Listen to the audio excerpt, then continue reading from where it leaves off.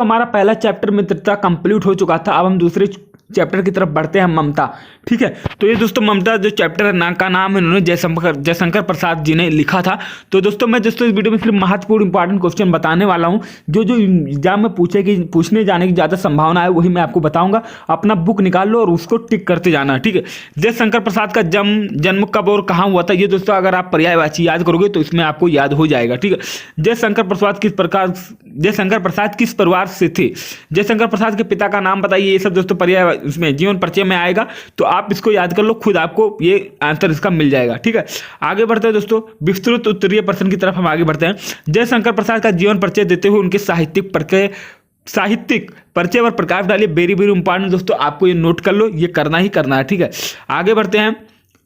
जयशंकर प्रसाद की भाषागत विशेषताओं पर प्रकाश डाली, ये भी दोस्तों आपको करना ही करना है, बहुत ज़्यादा इंपॉर्टेंट, क्योंकि दोस्तों मैंने देखा है हर कवि के ऊपर उनकी जो भावात्मक शैली होती है, भाषागत विशेषताएं होती है, जो भी होता है दोस्तों क्वेश्चन पे ज़्यादातर क्वेश्चन पूछा ही जाता है। ठीक है, ममता कहानी का सारांश अपने शब्दों में लिखिए कि इस कहानी से आपको क्या तात्पर्य है, क्या शिक्षा मिलती है, ये कहानी अपने शब्दों में लिखना है इसको। ठीक है, बयां करना है।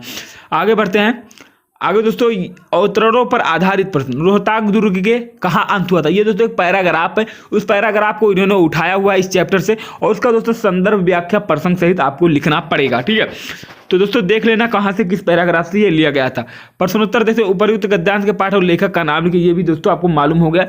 चूड़ामणि की कितनी पुत्रियां थी, ममता कहाँ बैठी थी, बिंदु विधवा संसार में सबसे तुच्छ निराश्रय प्राजुड़ी है से लेखक क्या तात्पर्य है, इस पतनोन्मुख अंधा बना रहा है, ये दोस्तों मैं भी जो आपको बता रहा हूँ वही करना है। ठीक है, अनदर कोई क्वेश्चन आपको सॉल्व नहीं करना है, मैं जो बताऊंगा वही करना है, क्योंकि उसको ज़्यादातर पूछे जाने की संभावना है, क्योंकि जानते हो कि हर चैप्टर से एक ही चैप्टर से 10 क्वेश्चन नहीं पूछता, एक ही चैप्टर से एक क्वेश्चन पूछ लो, वही बहुत बड़ी बात है। ठीक है, किसी चैप्टर से तो मैंने देखा दोस्तों बार बार दोहराता है, पर 2 3 4 प्रश्न पूछ लेता है एक ही चैप्टर से, मैंने देखा। ठीक है, आगे बढ़ते हैं दोस्तों। ये संदर्भ व्याख्या प्रश्न थी, तो आपको लिखना ही लिखना है, आपको मिलान कर लेना है। ठीक है, आगे बढ़ते हैं हम विस्तृत प्रश्नोत्तर की तरफ आगे बढ़ते हैं।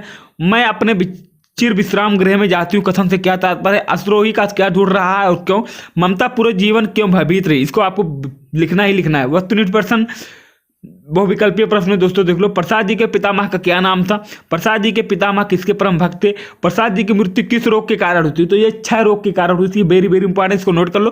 प्रसाद जी की मृत्यु कितने वर्ष की आयु में हुई थी, तो ये 48 वर्ष की आयु में हुई थी। व्याकरण एवं रचना बोध, ये दोस्तों आपको अपने मन से ही करना है। ठीक है, यहाँ पे देख लो कैसे इन्होंने लिखा हुआ संधि विच्छेद, तो ये आपको करना ही करना है, और ज्यादातर दोस्तों ही पूछा ही जाता है। ठीक है, निम्नलिखित पदों में समास विग्रह कीजिए, तो इसको अष्टकोण का मतलब होता है 8 कोणों का समूह। गगन चुंबी मोता होता है दोस्तों, गगन चुंबी का मतलब होता है गगन को चूमने वाला। दुर्गपति होता है दुर्ग का प्रधान। कंटक शयन का होता है कंटकों पर शयन। तृण गुल्म का होता है तिनकों का समूह। तो दोस्तों हमारे यहाँ तीसरा पार्ट आ गया है, तो मैंने दोस्तों जो सेकंड पार्ट था मैंने वही आपको इंपॉर्टेंट क्वेश्चन बताया है, कोई इससे एक्स्ट्रा बताने की कोशिश नहीं की है, तो वही आपको रिवीजन करके ही जाना है, कोई एक्स्ट्रा अपना दिमाग नहीं लगाना है, क्योंकि मैं दोस्तों जो बताता हूँ वही आता है, मैं इसको लिख के दे सकता हूँ। ठीक है, स्टाम्प पेपर पर लिख के दे सकता हूँ कि जो क्वेश्चन मैंने बताया दोस्तों वही ज़्यादातर हर एग्जाम में पूछा गया है, हर एग्जाम में पूछा गया है। ठीक है, तो वीडियो अच्छी रही तो वीडियो को लाइक कर दो, चैनल को सब्सक्राइब कर दो। मिलता है